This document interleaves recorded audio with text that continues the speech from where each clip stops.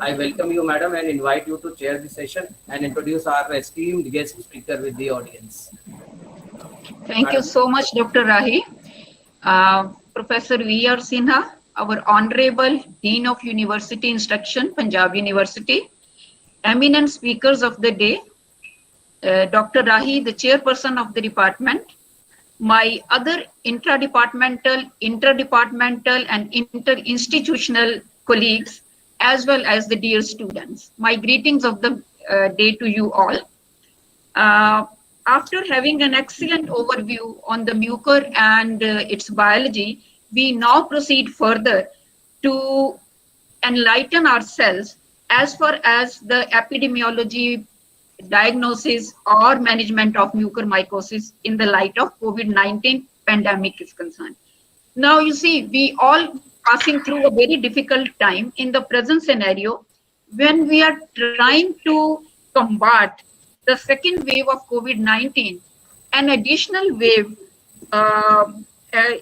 which is called mucormycosis and which is generally being referred as black fungus has started threatening us.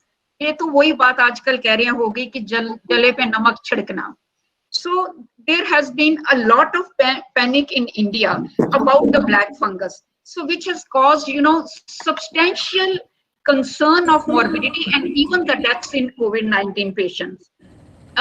Day to day, daily we are, coming to know about various news through the media by certain experts. But this is the need of the present scenario or situation that we need to learn more and enrich our knowledge in the subject. So to talk about on the subject, we have a very eminent scientist from PGIMER, Postgraduate Institute of Medical Education and Research, Professor Shiva Kumar M. Rudramurthy. He is MD in medical microbiology. Additionally, he has also done PhD from Redbourn University, Netherlands. Dr. Shiva Prakash is in charge of mycology division, Department of Medical Microbiology. So this is the WHO collaborating center and Center for Advanced Research in Medical Mycology. It is also a national culture collection of pathogenic fungi, mycology reference center as well. So we can, understand the status of mycology division all over India. And I must say, then we must call it mycology division is an institute in itself. So that is being, headed by Professor Shiva Kumar. During my stay in medical microbiology department, I have personally seen the medical mycology session, this section being, headed by all the stalwarts, starting from Professor Talwar, Professor Arunalok Chakravarti, then Professor Sarman Singh, and now we have an eminent scientist, Professor Shiva Prakash. As far as the professional experience is concerned, Professor Shiva Kumar has been the ex-president of Indian Society of Medical Mycologists. He is also the vice president of International Society for Human and Animal Mycology. He is a fellow of European Confederation of Medical Mycology and is also a coordinator of Anesthesia, Epidemiology and Pathobiology Working Group of International Society of Human and Animal Mycology. Additionally, he is also the core member of Fungal Infection Study Forum. And above all, he has been the founder member of Indian Academy of Tropical Parasitology. And he is an ICMR International Fellow as well. And presently, he is also the Associate Editor of Indian Journal of Medical Microbiology. Looking at his academic excellence, he has got more than 200 publications, which has actually fetched him a large number of citations, that is 4,806 citations with H index of 36 and I-10 index 93.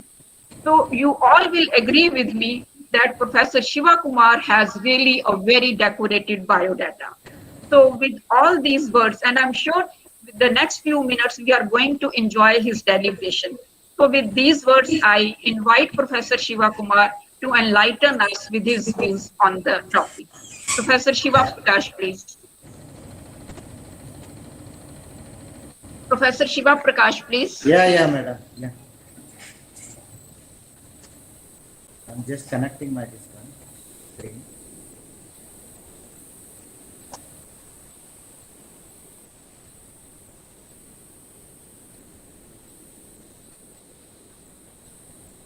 So can you see my screen, madam, now? Yes, Yeah, sir. yeah, that is visible. Okay. Okay, good afternoon to good morning to you all. So first of all, I would like to thank Dr. Rahi for inviting me to this wonderful conference. And also I'd like to thank Rishi Madam for introducing me to the audience. So just I would like to correct that, I don't know, you may have brother or something with Shiva Kumar. I am Shiva Prakash. Oh, I'm sorry. I said Shiva Kumar. Because- I'm so sorry. I'm so sorry. Oh, Professor, I don't know So how because I that is, I don't like Professor my name Shiva is wrongly Prakash. called. Okay, sorry, madam. Say this. Okay. So first of all, you all know about the COVID pandemic. So what is the current status? Just the current status is we have more than 170 million and people infected all over the world, as well as 3.5 Sir, I'm million deaths. interrupting you. Sorry. Can you please be a Yeah. bit loud? Yeah. Louder? Your voice is slightly low. Can you please be a bit loud? Yeah. Okay. Now can you hear me clearly? Yes, sir. Yes, sir. Please go ahead. It looks to be yes, sir. Yes, yeah. And mortality due to COVID itself is severe due to severe pneumonia as well as due to cytokine storm. So one thing I would like to come directly to the topic, that is complications in case of COVID-19 disease. So what do you see? So only mucormycosis? No. We have complications, superinfections such as bacterial infection and then Aspergillus and Candida infection. Aspergillus infection is the one which has been already been described in the last year. So what we call it as CAPA, COVID-associated pulmonary aspergillosis. That is seen mainly in the UK. It was seen as well as in Netherlands and some places. That this report was not too much. Candida, okay, always it is there, even in COVID patients who is admitted in the ICU, as well as in those patients who do not have COVID and being in ICU. Candida is also very common, but it is not so much associated. We are not seeing much increase of Candida because of COVID itself. And Aspergillus to some extent, so we do not have much data because Aspergillus only causes pulmonary infection, which is very difficult to diagnose. So it may be causing an infection, we don't know. So that's why we need to see about it. Coming to what epidemiology of COVID-associated mucormycosis. So at least till yesterday, we did not have much data. Based upon the newspaper report or media report, we used to talk. But at least we thought about, this is our study, which is a multicentric study, which has been now accepted just 2 days back. It got accepted in emerging infectious disease, which has been published by CDC Atlanta. So we have seen that in that we have clearly indicated there is an increase in the rate of COVID-associated mucormycosis. This study was particularly conducted from September to December 2020. So we took September to December 2020, and also we took September to December 2019, where at that time COVID-19 was not there. So we have compared the data head on head on what was, whether it is increased risk factor, whether any change is there or not. So those things have been clearly we have evaluated it, because it is not a single center study. You can see in this map that only centers from all over India was involved in this study. Accordingly, we have 15,000 cases have been reported till date. This is the report sent to the WHO. It is not by newspaper or this one. And The map in is our not study, seen, sir. The map is not seen, sir. The slide is not moved. Hello, sir. okay, I don't know. It is the first Because slide. in my computer it is there. Yes, now it is. Yes, sir. Yes, sir. Now it is. Okay, thank you, sir. Now it is not Okay. moved, sir. Okay, I don't know. I can't do anything now. Anyhow, it has been done from multiple centers across the country, north, south, east, and west. That's not much important. Okay. Now we have seen that there is twofold increase when 2019 and 2020 when we compared. So in 2020, during the COVID time, we had twofold increase of mucormycosis. So the total prevalence of mucormycosis, if you take in a COVID patient, so it is only 0.27. So this was in the last September report. So we don't know the presently because of the second wave that must be increasing or not. At that time we used to see 2 to 3 cases every day. Now we see 15 to 20 cases. So definitely now it has become more than whatever has been reported in this particular report. And then 84% acquired mucormycosis after 18 days after the COVID infection. That's also you should know. So it is not only before infection, after COVID infection also you can acquire an infection. So COVID associated mucormycosis reported around the world, you can see that it is very, very less per cases. So compared to India, this phenomena is typically seen in India, and USA also they have seen, and it is only about 8 cases they have seen.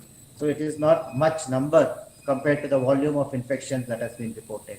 So as earlier speaker told, so these are all our reports, Prakash et al. And Patel et al. All the multi-centric study. See, 3 years, 388 cases we used to see, 12 centers study, 1 year, 9 months, 465. These are all recently reported studies. So mucormycosis is already there, but the incidence has been increased during this COVID. So mucorales are not black fungus. That's what I say everybody. So I will not answer any questions if you address me in the name of black fungus. So the name black fungus, as has already been told, it is an demeticious fungus. It is a separate group of fungus that is known, which has the ability to produce melanin, and in the media it will produce black pigment. So that's why it is called as black fungus. Even in case of tissue, you can see here this brownish black, this one melanin can be clearly seen in an KOH. So that is why it is called as black fungus. This black fungus, real black fungus means demeticious fungus, will not cause much serious infection. Generally, it will cause a mild infection such as cutaneous infection, as well as you can have a subcutaneous infection. So it can also lead to an onychomycosis. So otherwise, serious disease which is caused by the real demeticious fungus or the one brain infection caused by Cladophilofora buntiana. Even in immunocompetent patients, this fungus can be able to cause an infection in an immunocompetent. Mucormycosis caused by mucorales. So this is what current taxonomy. So it is an phylum Mucormycota in the order Mucorales. Total 55 genera of Mucormycotas is there and 261 species. So of which only 38 species are known to cause an human pathogen. So common species associated is Rhizopus. We have so many species of Rhizopus, but Rhizopus arises is the most important one. Others are Rhizomucor, Mucor, Lictemia, Apophysomyces, Cunningamella, and Succedia. So even in case of COVID associated, 95% to 98% are caused by Rhizopus arises. So this is an earlier classification. Now nobody follow this earlier classification. So now all the taxonomists clearly they accept this is the new classification, all should know. So now it is an Mucormycotina terms, and in that we have an order Mucorales. Okay, so Zygomycota is the term that has been not to be used at all as a mycologist. So mucorales associated from COVID associated mucormycosis. So here this is the report that is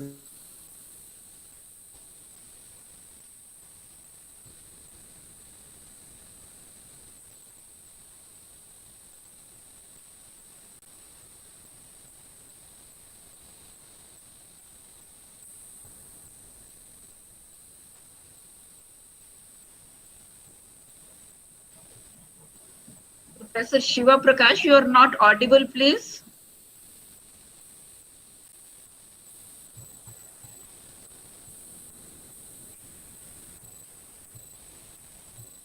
I think he has lost his connection.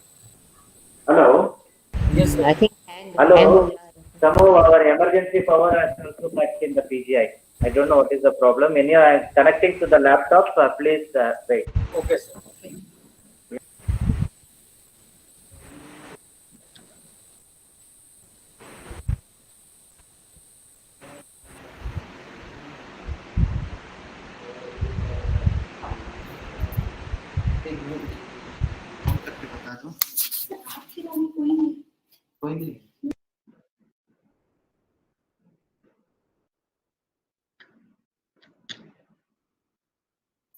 Please give us 5 minutes. We're just reloading the presentation. There's a power cut in PGI, which is very surprising.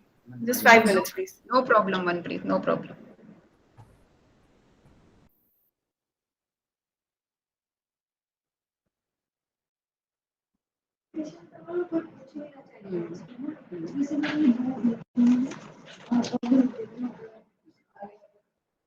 ये मैंने भी लिखा।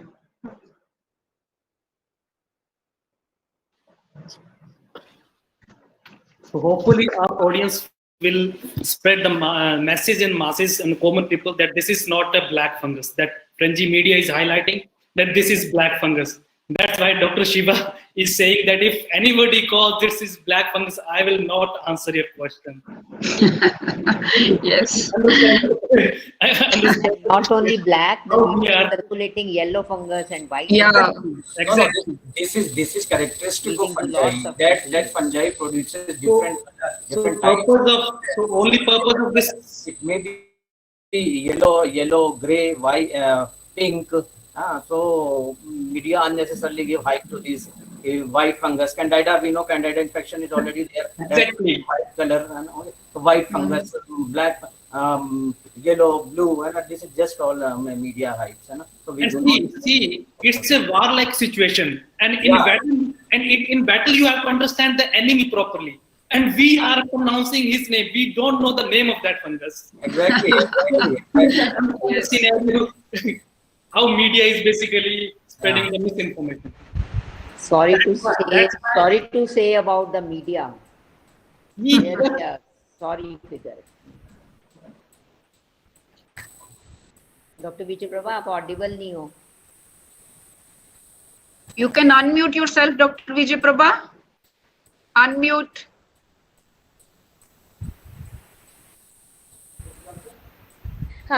They say we have the air conditioner which can filter off the viruses also. So this kind of ads they are having. A lot of misinformation is being spread. Yeah, lots of information is coming from various corners. So I think Dr. Nipul Sehrawat, are you there? Hello. Yes, I am here. So Dr. Sahab, how do you see that? Are we really proceeding towards the next pandemic due to this?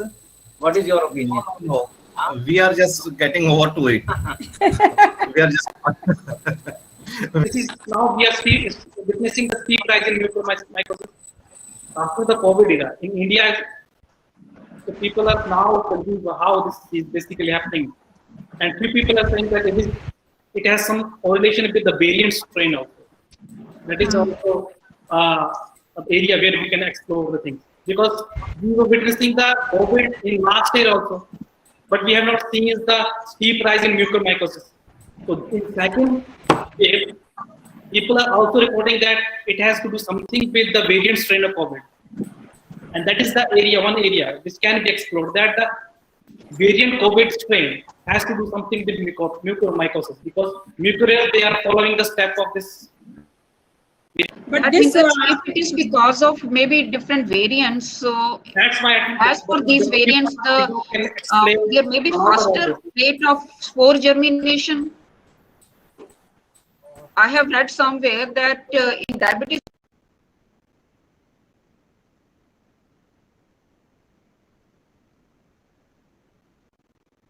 These sugars are the most preferred substrates. Glucose. Yeah. Yeah. In diabetic patient, they found more glucose in their blood. yes, So that is why hyperglycemia is there. Yeah, hyperglycemia is there. yeah. But I have one thing. that this mucormycosis is being reported, or incidence of this mucormycosis is much higher in India. However, the strain, this variant, double mutant strain, is present in 56 countries, in 56 other countries also. But we are not getting these incidence of mucormycosis from the other countries. Probably That is what we were talking about. Yes.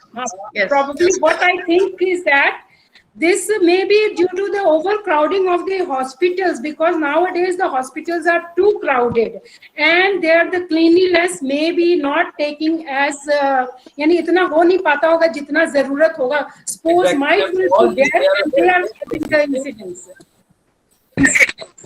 You know, this is also being. Yes, doctor. Yes, doctor. In India, I mean, we have been discussing about it. Variants are everywhere. Variants are in all the countries. Yes. But why there is such a high incidence of mucormycosis in India is because of the reckless use of the steroids. And particularly in case of diabetic patients, you cannot imagine that in the hospitals, in reputed hospitals, even there is a reckless and very, very high doses of steroids are being given. Right. And it's the combination of very high steroids and in diabetics, the very high level of glucose, the high levels of ferritin and ferrous, and high levels of zinc. They set the platform at such a state that it is very conducive for the growth of mucormycosis. Right. There are various other organisms also which can cause infections. For example, जब आपको याद होगा HIV हुआ था तो mycobacterium was everywhere. But now the question in the mind of all the scientists the world over is why mucormycosis in case of diabetic COVID patients? Because the stage which is set by COVID in diabetic patients, the levels of glucose, the levels of steroids, zinc, ferrous, ferritin, etc., that's very conducive, highly conducive for mucormycosis. Highly conducive. But to be adiabatic medicine, it has to be given with caution. Yes. That is medication. Overdose. And And additionally, yesterday, if you have read the ICMR report, in non-diabetic patients, there is now high occurrence of the secondary infections is taking place, in which Klebsiella, Acinetobacter, and Pseudomonas, they are coming up very, very fast. Pneumonia, yes. and particularly in India, it is also being associated with, more influx of industrial grade oxygen because of the demand of the oxygen rather than usage of, medical grade oxygen, where the tap water is being used in the humidifiers, and then they say the hygiene of those oxygen cylinders that is being compromised during the transportation and all those things. So that is also being coming up. Can I say something? Yesterday Yeah, please, Dr. Naveen.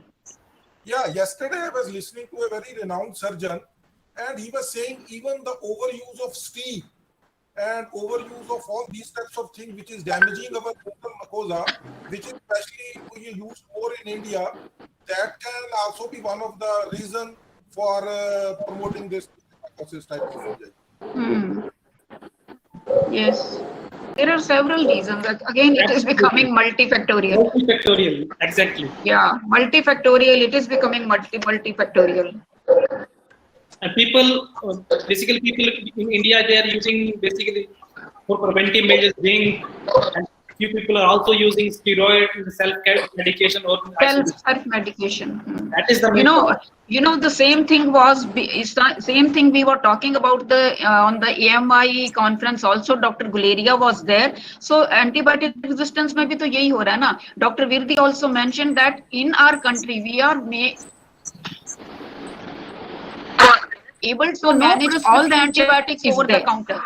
In the European countries or Western countries, we cannot just go and have the medicine. But here हम तो यहाँ जुगाड़ी हैं, हम तो सब कुछ ले लेते हैं. Over the counter we can go and buy and start taking antibiotics. So maybe self-medication is really causing the problem everywhere. Dr. Shiva Prakash will be joining in a while. Okay. Yeah. His power has reinstalled at his place. So he'll be joining. So, Dr. Khemraj, can you tell us the total tally of the persons who have joined this meeting? initially in Google Meet we have got 100 in I think 10 o'clock or 10:15. Now we have 71 people on Google Meet, and on FB Live I think 45 people have joined us on Facebook live streaming. I think So, Dr. so now you can admit other students. Yeah. I Someone have, about to come. I gave them entry now. I text them and I ask them to join now. You can join now. Ask them to also join the meeting. Dr. Sunil Deshmukh from TERI has also joined us. Dr. Deshmukh, are you there, sir? Dr. Sunil Deshmukh?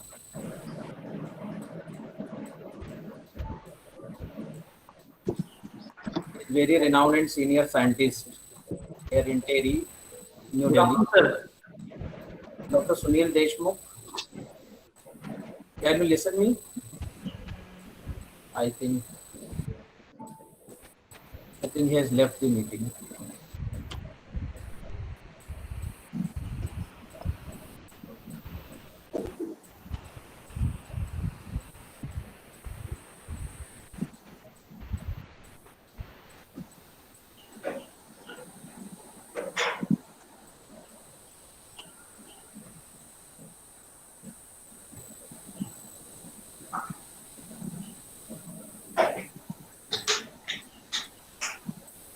The Dr. Saab has rejoined us.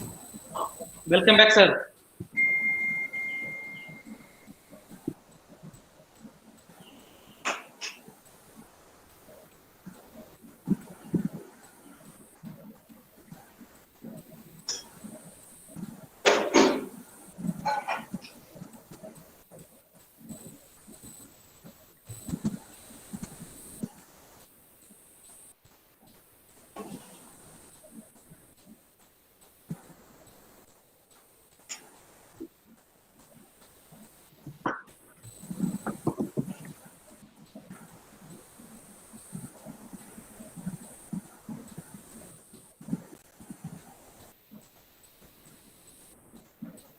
Yes, Dr. Saab, your slide is visible now. Yes, sir.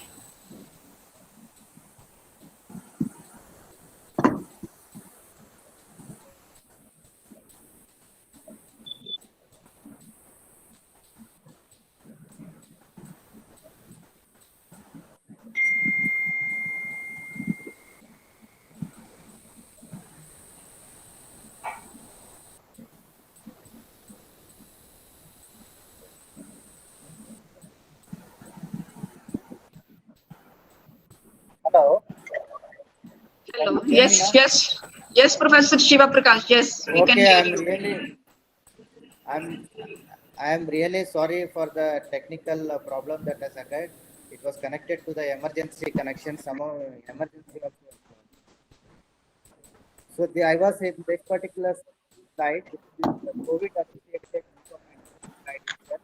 So here what we have seen is actually 95% what we have seen is rhizomus aryzus. Rhizomifer very active. Sir, you are not clearly audible. Yeah, can you be a little loud, please?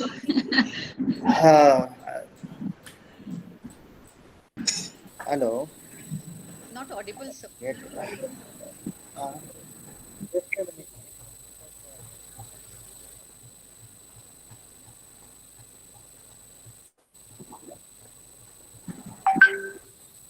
Hello. Can you hear me now? Yes, it's better. Okay. Okay, then do we need to really worry about the mixture? It is the mortality that we have seen in case of mortality. Voice is too low. Still not audible, sir. Voice. People Hello. have switched on their mic. Please unmute yourself.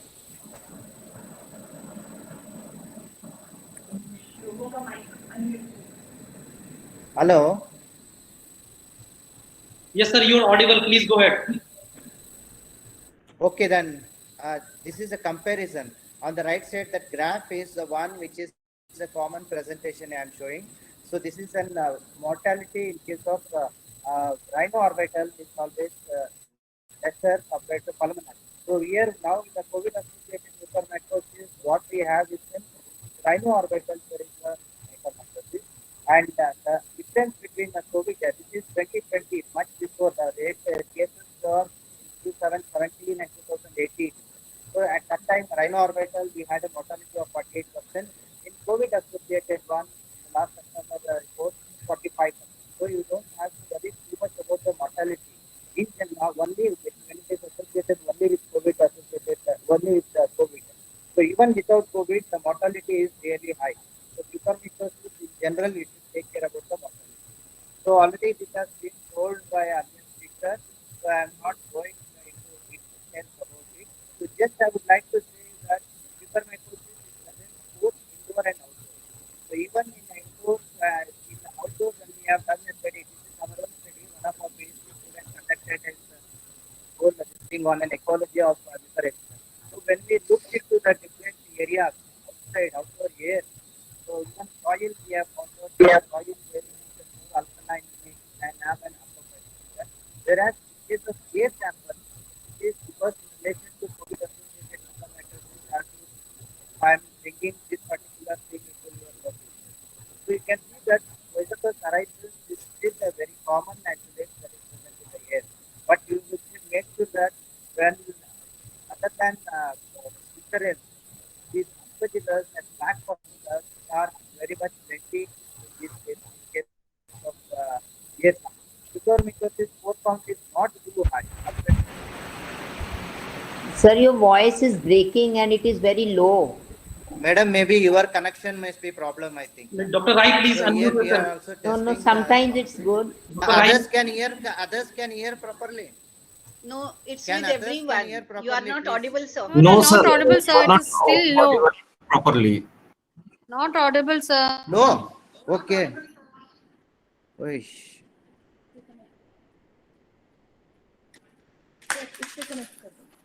Huh? Airtel se connect. No, sir.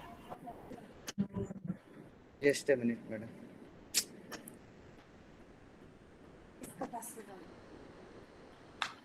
I think his voice is now clear. You may continue. Yes, sir.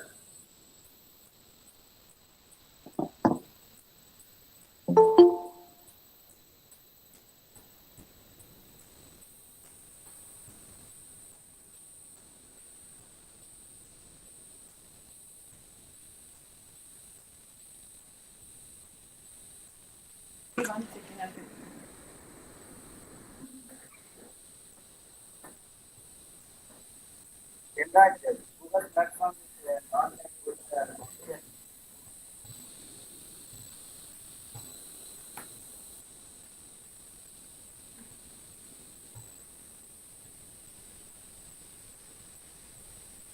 Can you hear me, sir, now? Yes, sir. Yes. I Dr. Rai, please unmute. Is it clear now? Yes, Now sir. it's clear. It's Yes. fine, sir. Now it's clear, sir. Okay. Okay. So indoor and outdoor air, when we have examined, we could see that Rhizopus arises is again the most common one. There was not much significant difference between the different seasons when we found out. So indoor air, this is another important thing that I would like to highlight here is, so we have looked into both an air conditioned area as well as non-air conditioned area within our hospital. This is one single center study. So we could see that compared to outdoor samples, we had an lesser count within the indoor. That is naturally accepted, because outside air you can have a dust or a storm, or even the air can disperse this one conidia from the soil into the air.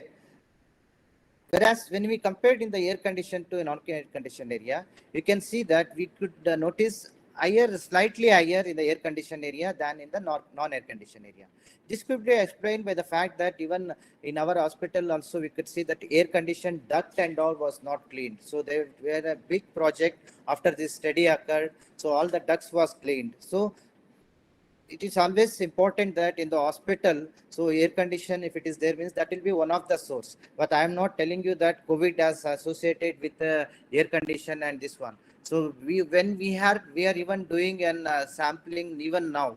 So if you do it from a home, when you do it from an hospital, so you don't see much difference between the hospital and then home. So the count in the which in the air, hospital air or the home air is almost similar.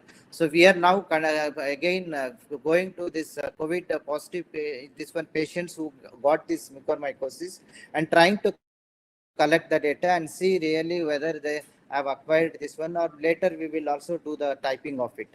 So in both the indoor and outdoor air, so it is significant that Rhizopus arises was the predominant, which is also causing an infection in COVID association, this one. So usually there are many myths and this one. Just I would like to talk about in one particular slide. So you know that for this sporangiospore is the one which is causing an infection. So IFL form will not be there in the air, so you cannot inhale. So spores are the one which is mostly important, and the spore size is very important. So for example, in case of Rhizopus arises, the spore size is about 6 to 11 to 12 micrometer it will be there. Whereas in case of Cunningham-Ella, it is very small, less than 4 to 5 micrometer. So the difference between this is because Rhizopus arises spores are bigger, it will go and just enter into an sinus and then lodge over there. So even when it goes into the deep into the lungs, so it cannot go into the bronchiole and lodge there to cause an bronchopulmonary, pulmonary mucormycosis. So that's why in case of diabetics, so you will have insufficient epithelial damage and many macrophages dysfunction. All these things lead to this one. So that's why rhinoorbital mucormycosis and the presence of mucorales in an air, that is leading most of the cases. So 95% of our cases are rhinoorbital mucormycosis. So humidifier. So we have seen that humidifier also we have checked now. So we could see most of the humidifier, we have not got any mucormycosis in the humidifier, which is used in the ventilation. And one of our PhD student, she just completed in the this year only, she presented at the PhD thesis. She has done completely on hospital water system in our whole hospital, right from the entry point to a supply point in an ward.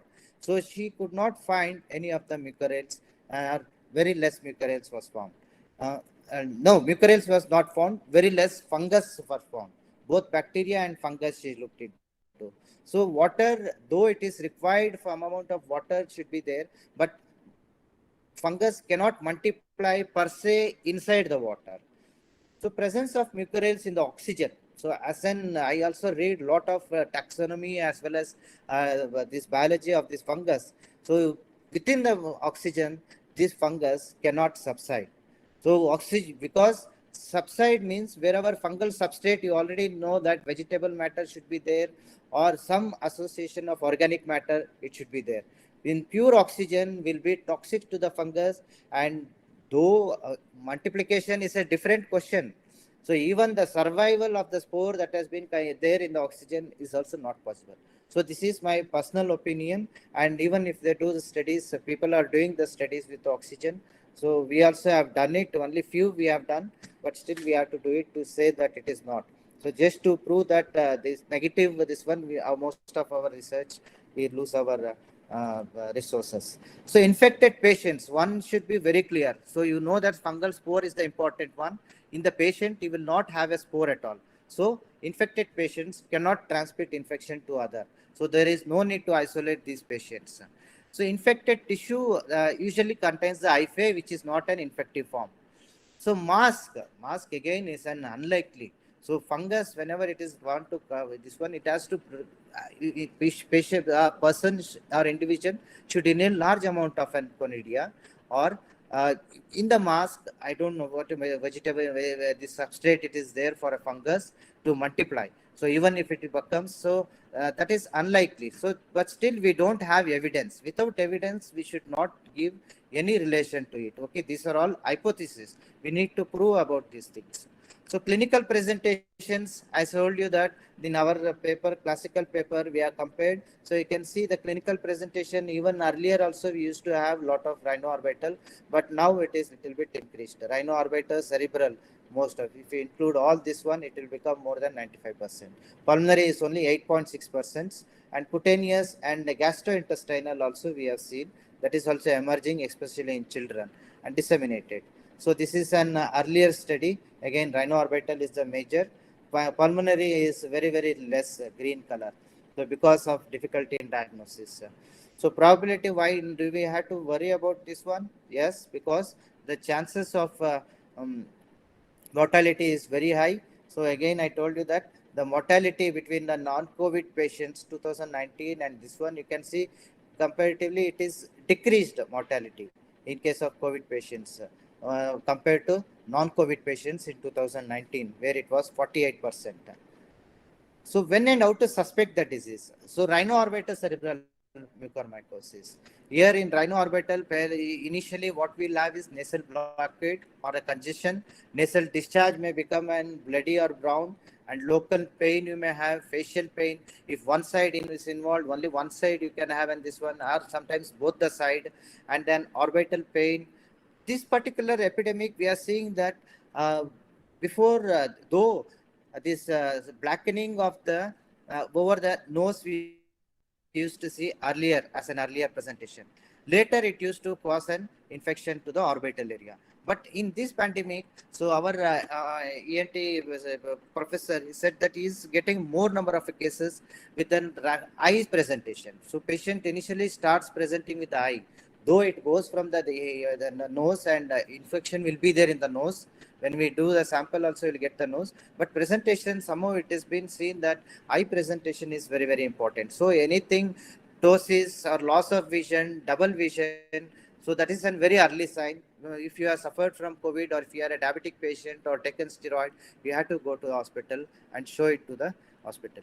So, palatal ulcer. So palatal ulcer over the upper part. So that is another important thing. Sometimes patient may just exclusively present with palatal ulcer. So oral examination, eye examination, and nasal examination, these are all the early signs. So if you go there and get surgery immediately, then chances of survival is very, very high.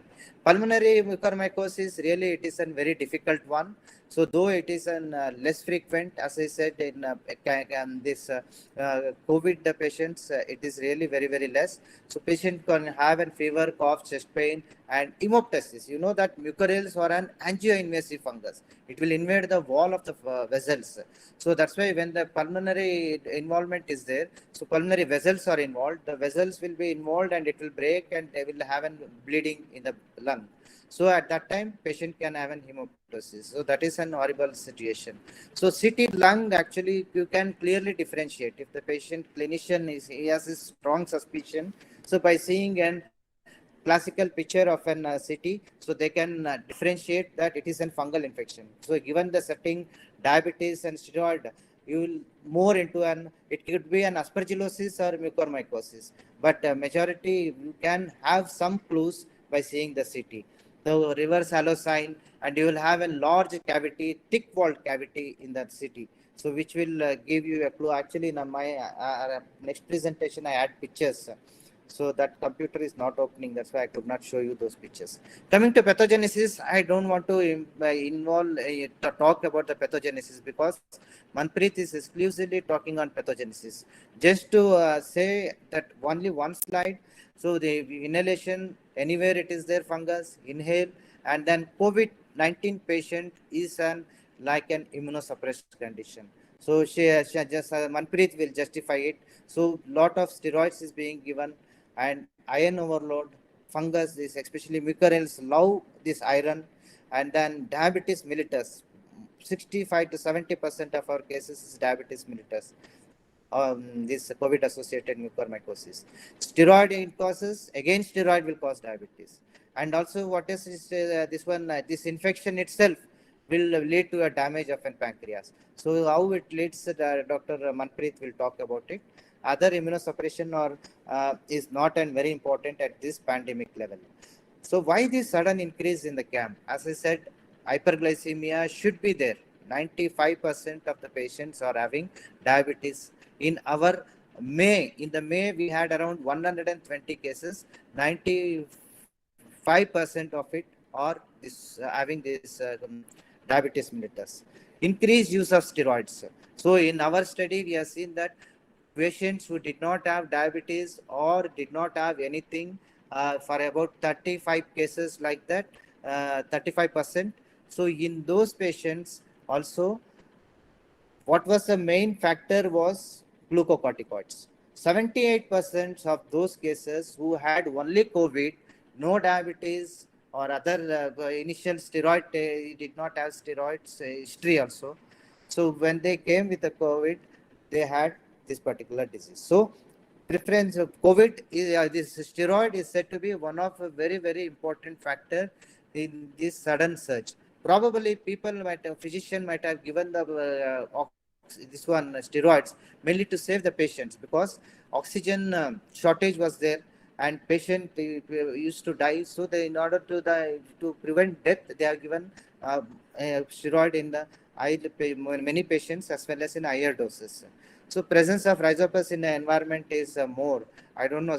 Suddenly it has not increased. Maybe the strain may be causing more. That is the COVID-19 strain now circulating. Maybe more virulent, but we do not have any evidence. So systematic study should be done before concluding this particular part.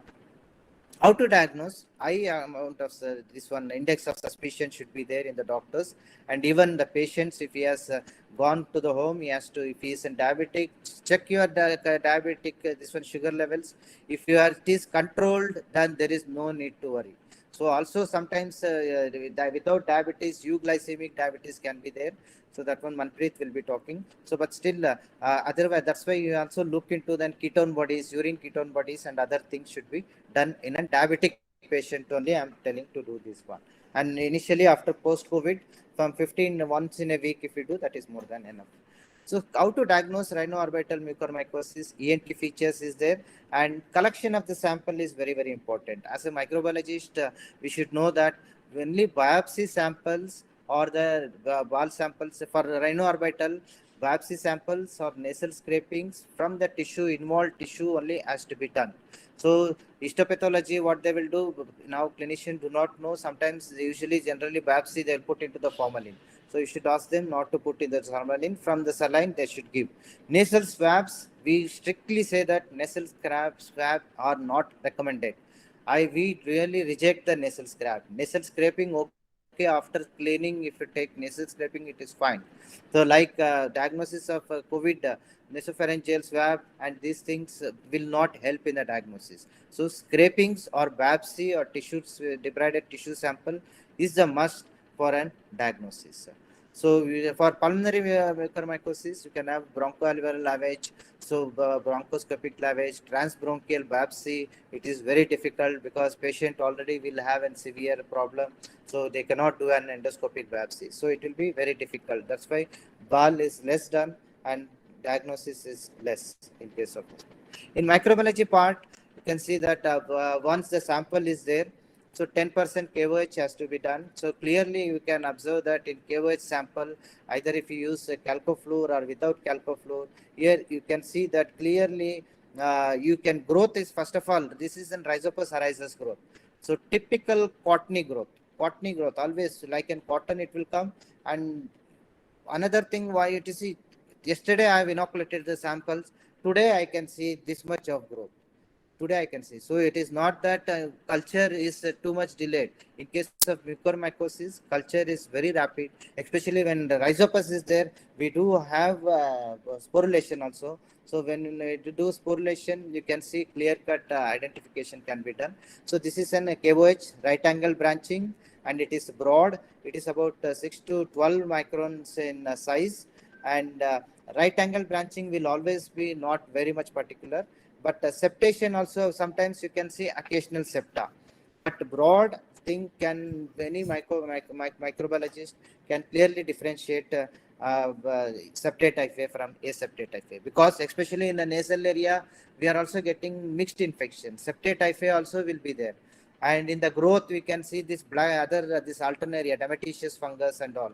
So universal colonization is very common. That's why you should have a scraping or a tissue. So just if you say the swab, everything will come. So then you will be over-diagnosing. Even the fungal spore, there is this mucorrhal spore, if it is sitting there, you may get it in the culture.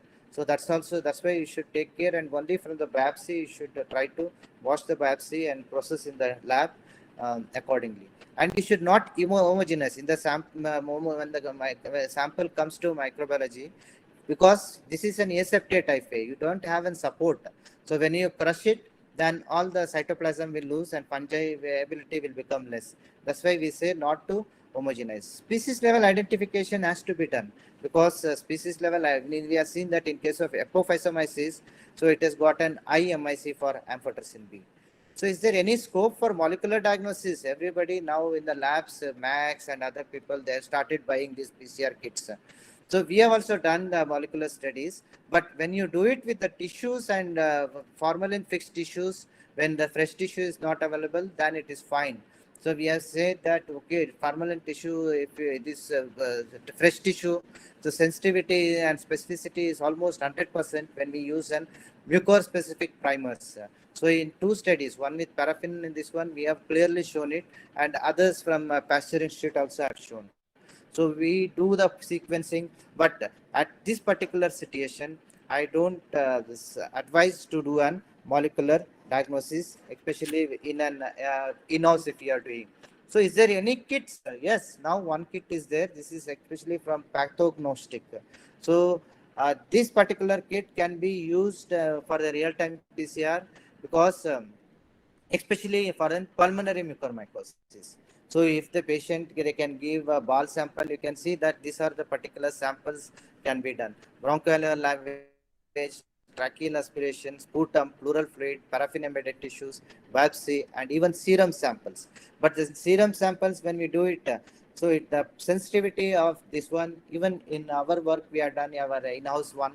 So sensitivity is not more than 60%, but still 60% of the cases of pulmonary mucormycosis you can pick up if you can test the blood for using this particular kit or an in-house one.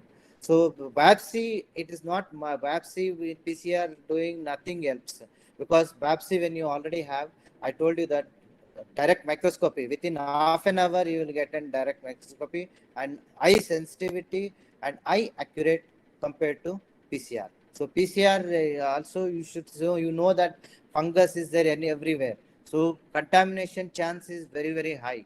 So that's why PCR with this virus will not be there everywhere. But this fungus can be there everywhere. Even in the lab, contamination is very, very, because that's why while doing an PCR for fungus, lot of care has to be taken. So unlike this viral, this one. Histopathology is very classical, and you can see clear cut this one. This is an angio invasion caused by this one. This is in the PAS strain, and this is Gomery strain. Again, right hand, this thing can be noticed, and acute inflammatory response. So whether antifungal susceptibility is required or not, at least we know that at least breakpoints are not there for the molds, but epidemiological cutoffs have been defined for all the azoles that is effective. Here, I would like to tell you that there are many effective antifungals against this mucorales are amphotericin B, isavuconazole, and posaconazole. So other azoles like voriconazole and posaconazole do not have any actions at all. Echinocandin, which is mainly used to treat an candida infection like caspofungin, anidulafungin, and mycofungin, are intrinsically resistant. 5-fluorocytosine are also intrinsically resistant and should not be used at all. So I think this one I was preparing my slide, that's why it is duplication is there. So coming to an AFST results. So these are all from an COVID patient's sample which we isolated. So we could see that there is this is for amphotericin B.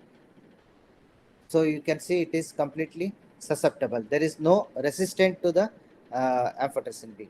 And surprisingly, you can see that itraconazole, we also have a breakpoint for itraconazole, and itraconazole is found to be effective in case of mucorales. So resistance is very, very less in case of itraconazole. So when this other drugs are not available, I will come to the treatment aspect. So one of this one, when absolutely this amphotericin B, these things are not available. So that's why this is just again in earlier paper we have shown that itraconazole, there is no resistance to itraconazole at all. So the breakpoint or this ECV is 2 microgram per ml. So we can see that they are all susceptible. So itraconazole may be one of the alternative. So this is a very, very important slide on the treatment of mucormycosis. So for treatment, diabetes control is very important. Steroids, you cannot avoid steroids, because when the patient is having severe inflammatory, steroids has to be taken, but steroids should not be taken at home. Only under the supervision has to be taken, and the amount of a steroid also should not be taken for a long time. So patient, when he is having hypoxia, then only if saturation is less than 92 or something in the hospital, it will be prescribed for a short duration of a time and low dose as has been prescribed. And most important thing is in surgical debridement. So if for fungus or amphotericin B or any antifungal reach the site of an infection, so it should it should go through the blood. It is most of the injections or the tablets to the blood, it will go and reach to the infected part. So when there is, and so I told you that it is an mucormycosis or mucorales causes is an angioinvasive one, and then because of an blood vessel block and thrombosis, so you will get a black color eschar that I had shown in the pictures. So antifungal will not reach that black color eschar. So that's why what is prescribed is extensive debridement until and unless you see, and when we are cutting fresh bleeding, you should see. So until that time, you have to remove the tissue. All the infected tissue has to be removed. So that's why when the orbit is involved, only orbit part they will remove. Many of the time, the orbital nerve also will be involved along with an orbital tissue, this eye tissue. So at that time, orbit has to be sacrificed. Otherwise, it will enter into the brain and chances of death is more. Even the lung is involved. Only one lung is involved, then luckily, at least if you remove one lung, with the other lung, you can survive. So that's why debridement is the first this thing, more than antifungal. Many patients have been, especially in the cutaneous, so cases are there without antifungal also successfully treated by extensive debridement. So means I am not telling it should not be done, but debridement or removal of the tissue is very important. Then liposomal amphotericin B. Liposomal amphotericin B, as per the guideline, this is the most important one to give. So it should be given in the dose and other things. Some other consideration should be taken because the doctors are not there in this group. I'm not going into detail. So if liposomal is not available, then you can go for a lipid amphotericin B. Lipid amphotericin B is amphotericin B deoxycholate. People does not use this one in the Western country. It is not available at all, European and America. It is available only in Asian countries and African countries. So the cost wise, it is almost very, very, very less. This will cost you around 30 to 40,000 per day, but this one less than 1,000 per day. So, but renal toxicity is very high. So most of the patients in India is being treated with amphotericin B deoxycholate, especially in a government setup. Polyenes, if both these are not available as a situation now, so isavuconazole is one of the drug which has gotten very good effectivity on the mucorales, and even in USA, it is licensed first line of therapy for the treatment of this one. And posaconazole again is a very, very good drug. So it has been approved. Both this drug has been approved as a salvage therapy. If the patient is not responding for liposomal amphotericin B, then or another amphotericin B, then you can go for either isavuconazole or posaconazole. So when even these are all now, the market is in such a situation that all these drugs are not available. So that's why Fungal Infection Study Forum, it is an forum of about 17 clinicians, including Professor Chakravarti, myself, as well as even Dr. Randeep Gularia, AIMS HAD is also. So they have made this particular guideline. This is not my guideline. So Fungal Infection Study form guideline, and all of us thought that in this particular situation, so you can give an itraconazole at least when these are not available. But there are many issues with the itraconazole. Absorption is a problem, so that has to be taken care. So 3 to 6 weeks when the treatment should not be stopped. So clinician will decide how long the treatment has to be given. So it may go up to 3 to 6 months. But the dose tablet form is there, isavuconazole and posaconazole. Amphotericin B is only in injection form, so it should be given in the hospital. So coming to the prevention, last 2 slides. Glycemic control is again very important because diabetes is a major factor. Systemic steroids should only be advised to the patient with hypoxemia. Blood sugar levels should be frequently monitored and controlled. Oral steroids should not be given to the patients with normal oxygen saturation on room air. The dose and duration is about 0.1 milligram per kg per day for 5 to 10 days. This is dexamethasone. Mask, if you use properly, it can prevent the inhalation of mucorales because the size of spores of a mucorales are very large. So because mucorales are present in the house environment also, even indoor environment, if the patient risk factors, if it is there, then they should try to use. And gardening and outer activities should not be done.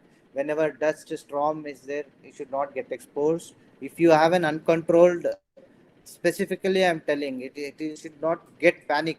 So I will move just like that because I am not diabetic. I don't have any risk factor. So post-COVID, almost 8 months back, I had an infection. So I don't bother about this mucormycosis myself. I don't get an infection. I'm sure, at least. So general people should not worry about the thing until and unless they have an risk factors. So that's all I need to say. So, but mucorales in an outbreaks and all, we are not seeing an hospital outbreak. It is a very, very rare. Even now in COVID associated one, most of the infection that we are seeing is they are coming from the outside.